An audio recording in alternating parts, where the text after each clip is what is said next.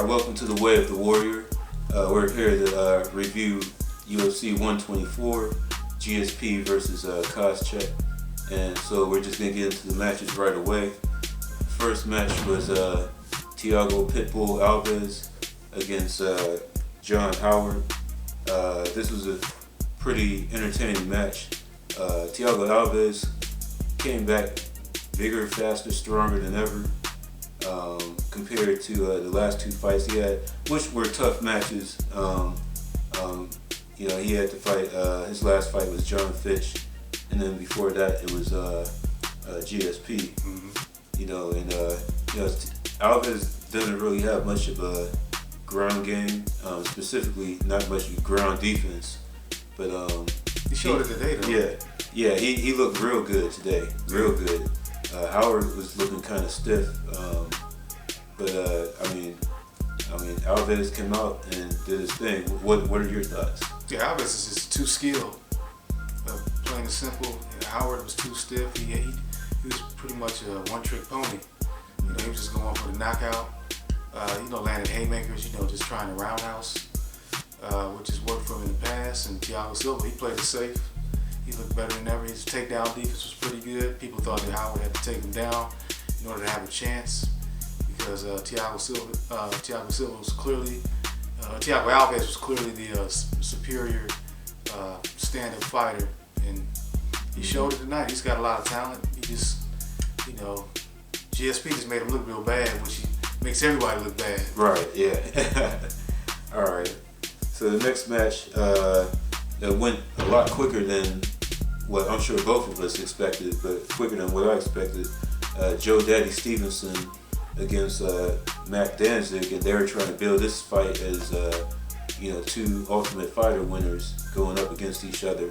But the commentators, Rogan and what's his name, they were trying to compare it to the Franklin Liddell fight, where Liddell just walked into Franklin's punch, and I guess you could say it was sort of like that in his career.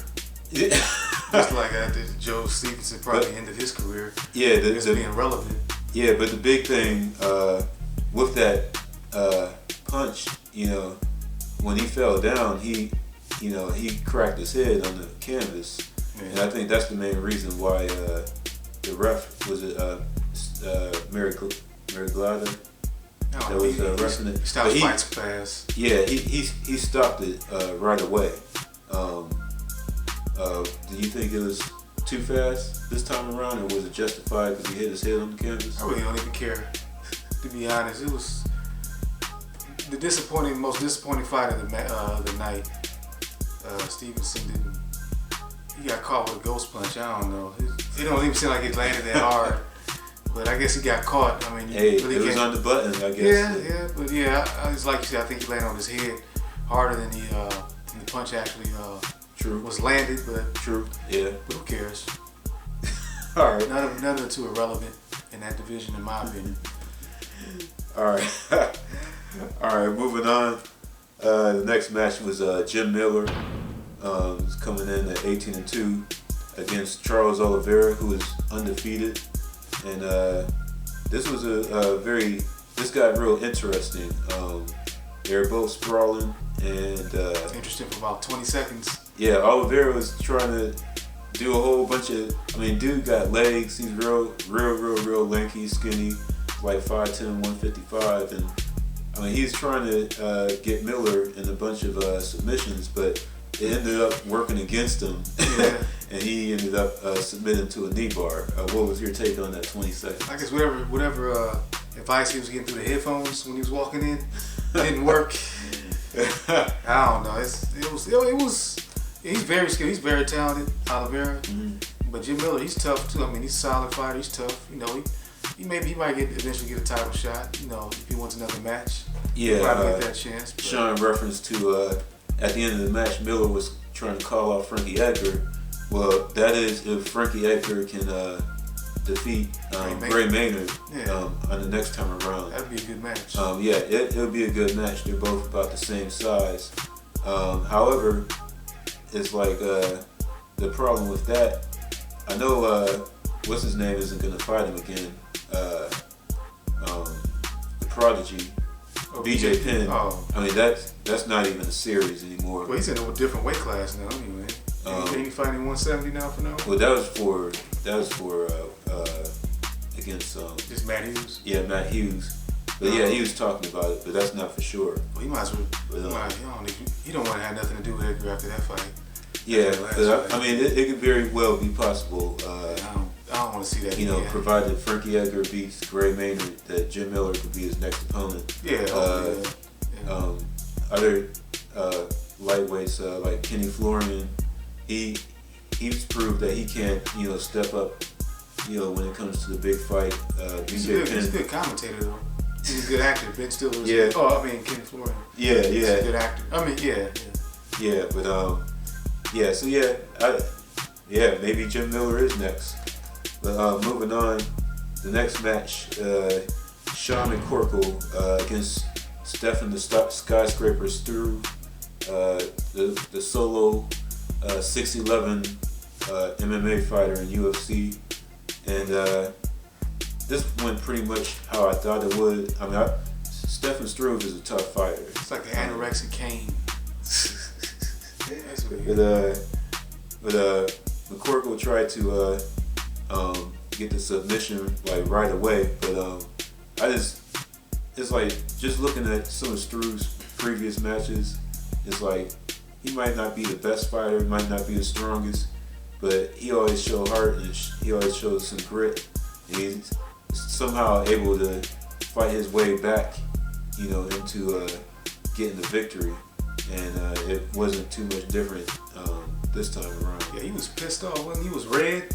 Yeah. When he was coming in the ring, I was like, why I haven't seen anybody that red before? He's red on the chest and the back. He's like, I'm mad as hell. With some ass tonight. Yeah, I don't know what was up with that. Yeah. But yeah, like I said, Sean just pissed him off. He got his butt kicked too. Obviously. Yeah, but Sean is a stiff. Yeah, he was very stiff as well. Gosh. Yeah, but moving on to the main event, GSP Georges Rush St. Pierre against Josh Koscheck. We've seen the beefing and the trash talking in the Ultimate Fighter reality show series, and it was. I'll say this: it was nice to finally see GSP stand up. Yeah, stand up and be on his feet for the majority of the match, instead of, as a lot of GSP haters like to say, hump his way to a victory, for 5 rounds. But he used the jab, and Koscheck didn't have an answer for it. I actually thought his game plan was very stupid. He made it known that he wanted to knock him out, and Koscheck does have some knockout power, but like his St. Pierre just too smart. Yeah, too smart. He was using the left jab. The only power that Koscheck has is with his right. He's exactly going for those overhand rights, and St. Pierre was just negating that with his jab, just jabbed him to death. Yeah, jabbed his eyeball out. Yeah. He closed that eye shut. He had it looking real bad. But yeah, GSP, cat's a beast. Yeah. And the funny thing, we were talking on the way back home, the funny thing about GSP is that he's so damn good that he doesn't have to have it seems like he doesn't have to have a killer streak or a mean streak. He's had plenty of opportunities to break dudes' arms, and I'm referring to the Dan Hardy fight, and he even mentioned in the post-fight interview with Joe Rogan, he had opportunities to knock out Koscheck, but for whatever reason it didn't happen. But it's like if you can dominate guys without destroying them. I'm just like, and then at the end of the match, he said he was sorry. Your opponent, is well, I'm not gonna say he's brown nosing, but he was, he did a total 180 And you know, I love Montreal, and it was just hard to fight. GSP is the best pound for pound fighter. You know, after all that trash talking, I mean, what can you say? But I mean, what he said, GSP is one of the best pound for pound fighters. And so, in terms of who's next, maybe John Fitch, but I really can't see anybody beating him at this point. Even if BJ Penn decides to go to 170. Nah, I don't want to see that. Saw enough of that already.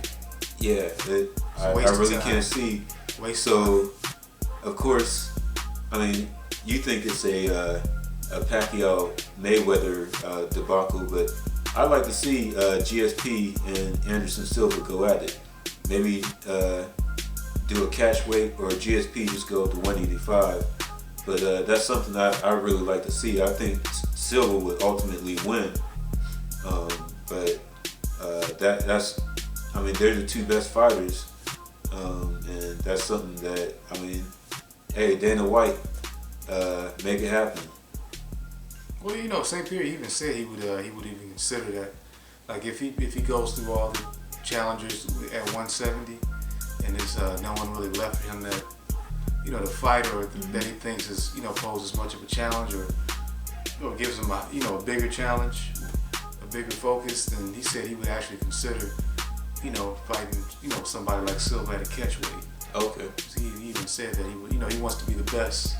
That's his goal. He said if that's what it takes for him to be the best, you know, he'll try to make that happen. So that's what's up. That's what I like about GSP. Even though his fights are kind of boring, at least he was standing up tonight. He was on his feet, which was good to see. Koscheck, you know, credit to him. He had good takedown defense. That's something I haven't seen in a while. You know, I saw like the first few seconds of the fight. He kind of took Josh Koscheck down, and I thought it was over after that. I was just about to just fall asleep, but Koscheck got back up and just got jabbed to death. Yeah, and actually, I gotta give Josh Koscheck and Herb Dean credit. It was like the end of the third round. The doctor was looking like he wanted to end the fight. Yeah, Herb Dean was about to knock him out. Like, yeah, get out of the way. But just fight going. you know, Koscheck wanted to keep fighting. Herb Dean, you know, it's a championship match. You know, it's like there can't be a doctor stoppage. And on the fighter end of things, it's like you gotta, you know, you can't let the scoring go to the judges, because you could end up getting screwed. So, you know, credit to Koscheck. The judges weren't going to get this. Well, fight yeah, off. I mean, GSP was obviously dominant, but I mean, just being the challenger, if it's even, they're still going to give it to the champion. Unless he was from Nevada. But yeah, somebody might have gave Koscheck a round if it was in Nevada. Oh boy, yeah, commission. maybe. But yeah, but like I said, credit to Koscheck. He toughed it out. You know what I'm saying? He took his butt whooping, and you know what I'm saying? He got paid. Yeah, he got paid. He hyped up the fight. Admitted, you know, he's GSP no longer was relevant. a better man. He's no longer relevant to GSP anymore. He got him out of the latest. Yeah, You know, so he can rip Josh Koscheck's poster off the wall now. yeah. Who's next? Yeah, but so that's all for tonight. Looking forward to UFC 125, which will be on New Year's Day. So once again, thank you for watching. And I don't know what kind of review I might be drunk. Hey. So Yep. we might have some crazy reviews and previews and predictions. But once again, thanks for watching us, and leave some comments. Let us know who you think will win between GSP and Anderson Silva. Let us know who's the most boring one on this video too. Yeah. Who makes you fall asleep more, me or him? Yep. But all right. So take it easy. Have a good holiday and peace.